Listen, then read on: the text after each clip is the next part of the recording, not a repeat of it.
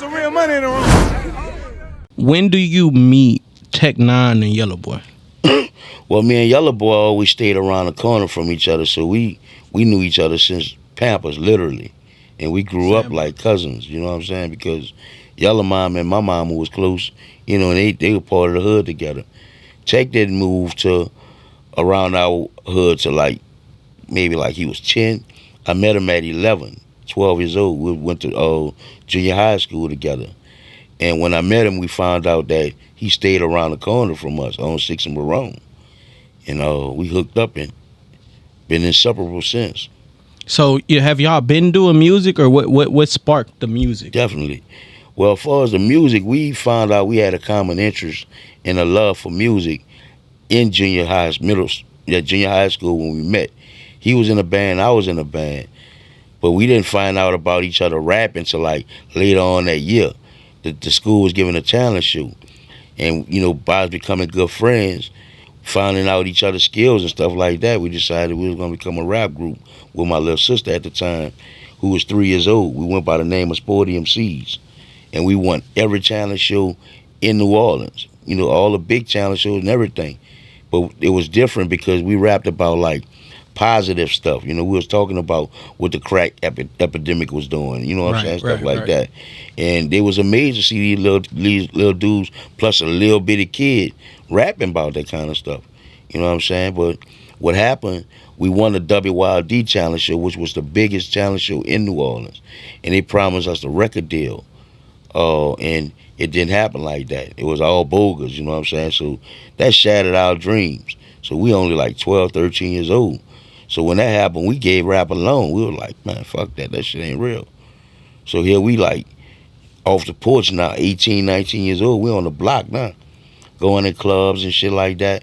And people that we knew actually that was rapping, they was getting record deals like DJ Jimmy, Juvenile, Hitman. We knew all these people personally.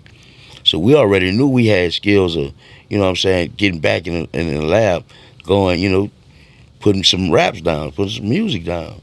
Right. We never gave up on the music. We gave up on the rap because we went through high school and everything playing band, playing in the bands, you know what I'm saying? So I decided that, I got in Tech, I was like, man, let's get back together and do this. You know what I'm saying? We're going to call ourselves UNLV. At that time, what did UNLV stand for? How did y'all come up with that name? It stands for UNLV, Uptown Niggas Living Violent. The N have acronyms for it too. It means never ignorant, getting goals accomplished.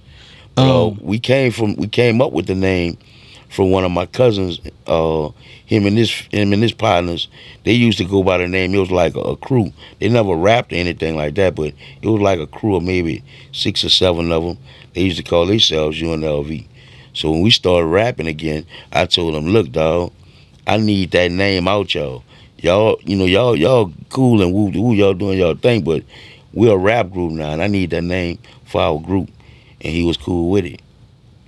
Okay, understood. I'm not sure if you're familiar with Charleston White, but he pushes that word, the N word, and he pushes the same acronym. Okay. Never ignorant, getting goals accomplished. Yeah. So I'm wondering, did y'all invent that, or is that? Nah, I actually got it from Tupac.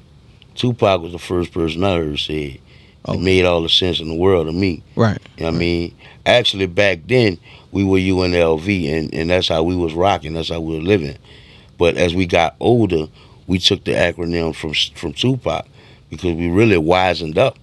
You know what I'm saying? So we was like, we ain't never ignorant. We just getting goals accomplished through our music. Right. But nowadays, we actually, and I'm going to let the cat out the bag, we actually thinking about changing our name to the U.